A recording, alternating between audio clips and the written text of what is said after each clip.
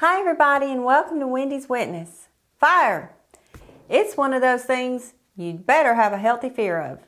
We've seen the fires that rage out of control, consuming everything in its path. And they may start as a small spark, but in no time at all it grows and spreads, becoming a force to be reckoned with. What did we learn from Smokey the Bear? Only you can prevent forest fires. Well, keep watching today because we know who truly holds the power. And spoiler alert, Smokey, it's not us.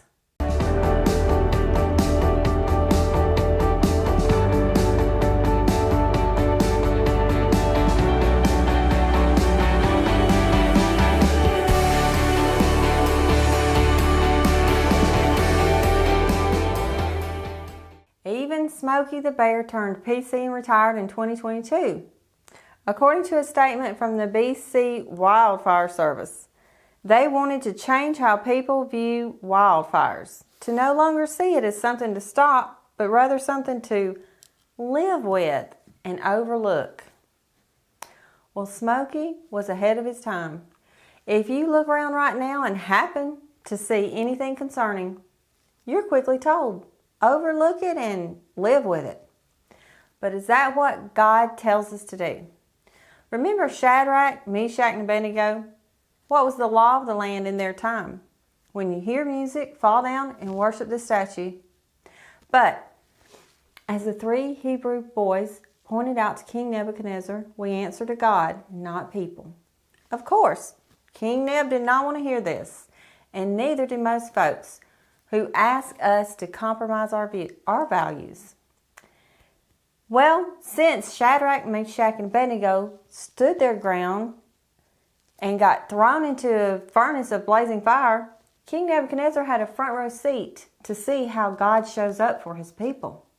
Not only did Jesus join them, he made it so that not even the smell of smoke was on them.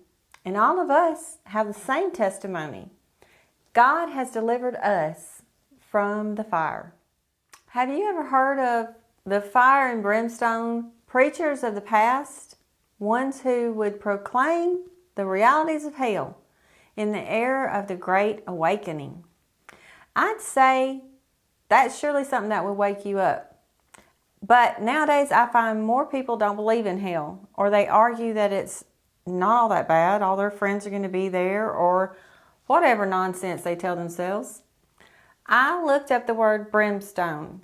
It's synonymous with sulfur, associated with divine retribution. In Genesis 18, when the Lord tells Abraham he's about to destroy Sodom and Gomorrah, Abraham says, "Will you really sweep away the righteous with the wicked?"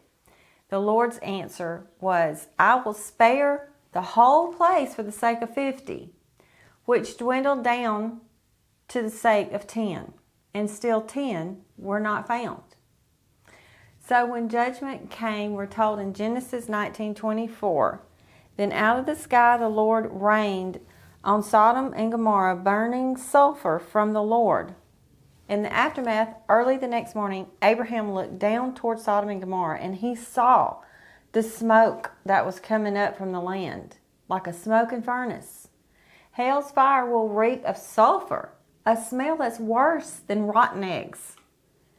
And unlike Shadrach, Meshach, and Abednego, the smell of smoke will be on everyone who is in that furnace of fire. Jesus warns of the judgments of hell in Matthew 5, and we be wise to heed his warnings. In verse 22, he says, "But I tell you, everyone who is angry with his brother or sister will be subject to judgment. Whoever insults his brother or sister will be subject to the court. Whoever says you fool will be subject to hellfire."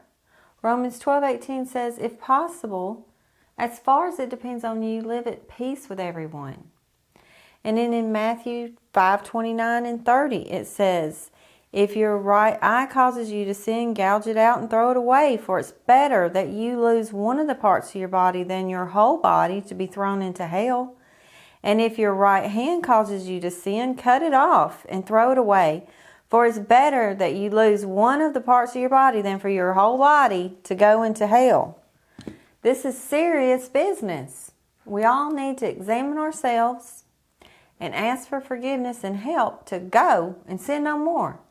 Our God is a consuming fire, and to purify us, He puts us in the refiner's fire.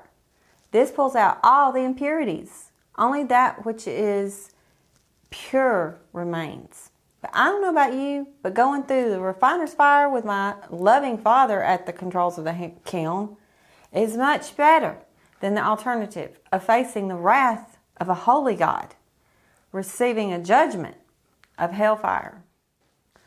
I know a lot of folks might think I dance to the beat of a different drummer, but at times, those who have a relationship with Jesus will be labeled fanatics or crazy, probably because it's hard to fathom a relationship with someone who you can't see until you yourself also have that relationship. This world is reserved for fire, and those without a relationship with Jesus will also be in a place of hellfire for eternity due to that choice. This is facts, undeniable, undisputable, and unavoidable.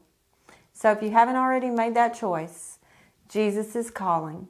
And He's coming very soon. Please come to the Father whose arms are open wide through Jesus Christ, His one and only Son. John 3:16 says, "For God so loved the world that He gave His one and only begotten Son, that whosoever believeth in Him would not perish, but have everlasting life." So family, keep on spreading that message like a wildfire. Well, thanks for watching. God bless you. I'll see you next week. And remember, we are all witnesses. I can feel there is somebody here, and He's watching over me tonight as He takes away my fears, lets me know there's a heaven up there. Yeah, He's reaching out His hand to me to wash away my tears. Oh, I know you